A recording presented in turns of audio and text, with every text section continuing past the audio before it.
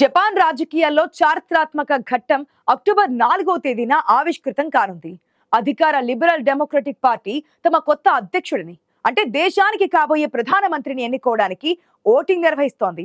ఈ ఎన్నికలు జపాన్ కు తొలి మహిళా ప్రధానిని లేదా యువ నాయకుడిని ఆవిష్కరించే అవకాశాన్ని కల్పిస్తున్నాయి. ప్రధాని రేసులో 5గురు అభ్యర్థులున్నప్పటికీ సనాయే టకాయిచి, షింజిరో కోయిజూమి మధ్య పోటీ తీవ్రంగా సాగుతోంది. ఇది అనుభవం, యువ నాయకత్వం మధ్య సమరంగా మారింది.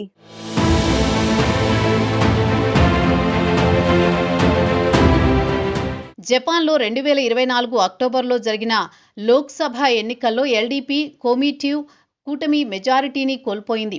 జూన్, జూలైలో జరిగిన ఉభయ సభల ఎన్నికల్లో కూడా వరుస పరాజయాలు ఎదురయ్యాయి. జీవన వ్యయాల పెరుగుదల, బియ్యం ధరల ఆకాశనం, పార్టీలో నిధుల కుంభకోణం వంటి అంశాలు ప్రజల్లో తీవ్ర అసంతృప్తిని రేకెత్తించాయి.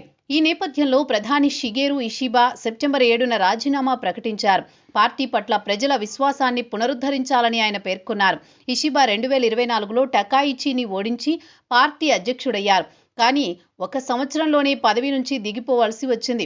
1885లో ఇతో హిరోబుమి జపాన్ తొలి ప్రధానిగా నియమితులైనప్పటి నుంచి ఇషిబాతో కలిసి 64 మంది పురుషులు ఈ పదవిని చేపట్టారు. జపాన్ రాజకీయాలు పురుషాధిక్యంతో కొనసాగినప్పటికీ 2016లో యూరికో కొయికే టోక్యో గవర్నర్గా ఎన్నికై మహిళలకు జాతీయ నాయకత్వ అవకాశాలను తెరిచారు.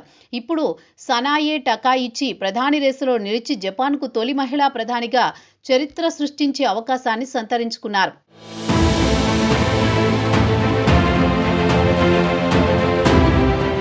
ముఖ్యంగా టకాయిచి, కొయిజు మిసనాయే మధ్య తీవ్ర పోటీ కనిపిస్తోంది. దివంగత ప్రధాని షింజో అబే రాజకీయ వారసురాలిగా గుర్తింపు పొందిన టకాయిచి ఆర్థిక భద్రతా మంత్రిగా అనుభవంతో పాటు దూకుడైన ఆర్థిక వ్యయ విధానాలను ప్రతిపాదిస్తున్నారు.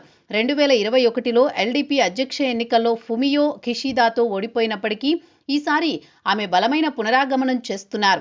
అమెరికా నాయకత్వంతో సమర్థవంతంగా సంబంధాలు నిర్వహించగలరనే గుండె ధైర్యం ఆమెకు ప్లస్గా మారింది.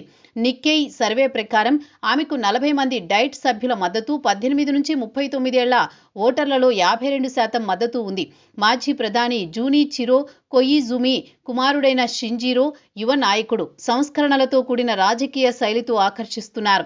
మితవాద పన్ను తగ్గింపు విధానాలతో జపాన్ ఆర్థిక దిశను మార్చాలని ఆయన ప్రతిపాదన ఆసక్తి రేకెత్తిస్తోంది. ముందస్తు సర్వేలో కొయిజుమి ఆధిక్యంలో ఉన్నట్లు తెలుస్తోంది. ముఖ్యంగా యువ ఓటర్లలో ఆయనకు బలమైన మద్దతు ఉంది.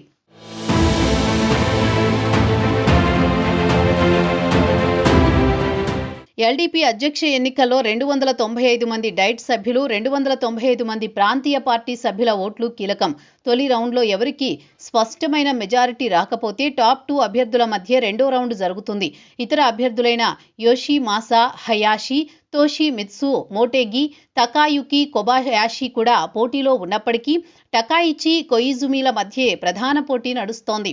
1955లో స్థాపితమైన ఎల్డీపీ 1993 నుంచి 1996, 2009 నుంచి 2012 కాలాలను మినహాయిస్తే గత 70 ఏళ్లలో జపాన్ రాజకీయాలను శాసిస్తోంది.